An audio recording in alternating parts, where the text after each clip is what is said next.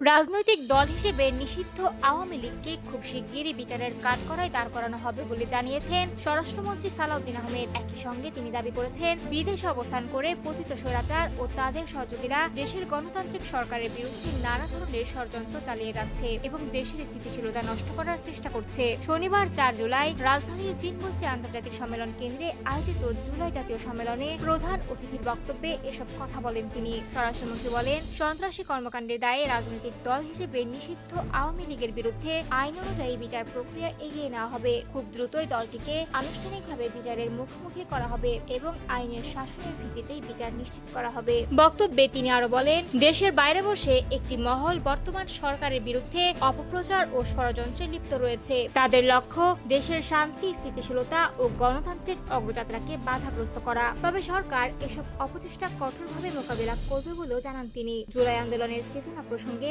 স্বরাষ্ট্রমন্ত্রী বলেন, এই চেতনাকে ধারণ করেই দেশকে সামনে এগিয়ে নিতে হবে। তার মতে, জুলাইয়ের আদর্শ বাস্তবায়িত হলে দেশ কাঙ্ক্ষিত উন্নয়ন ও অগ্রগতির পথে আরো এগিয়ে যাবে। তবে তিনি স্পষ্টভাবে সতর্ক করে বলেন, জুলাইয়ের চেতনা নিয়ে কোনো ধরনের ব্যবসা কিংবা রাজনৈতিক ফায়দা লুটার প্রবণতা গ্রহণযোগ্য নয়। কোনো মহান আদর্শকে ব্যক্তিগত বা দলীয় স্বার্থে ব্যবহার করা হলে তা শেষ পর্যন্ত দেশের জন্য ইতিবাচক ফল বয়ে আনে না। তিনি সকলের প্রতি আহ্বান জানিয়ে বলেন, জুলাইয়ের চেতনাকে রাজনীতির ঊর্ধ্বে রেখে জাতীয় স্বার্থ, গণতন্ত্র এবং দেশের কল্যাণে কাজে লাগাতে হবে। পাশাপাশি এই আদর্শকে যেন কেউ রাজনৈতিক বা ব্যবসায়িক হাতিয়ার হিসেবে ব্যবহার না করে সে বিষয়েও সবাইকে সচেতন থাকার আহ্বান জানান স্বরাষ্ট্রমন্ত্রী।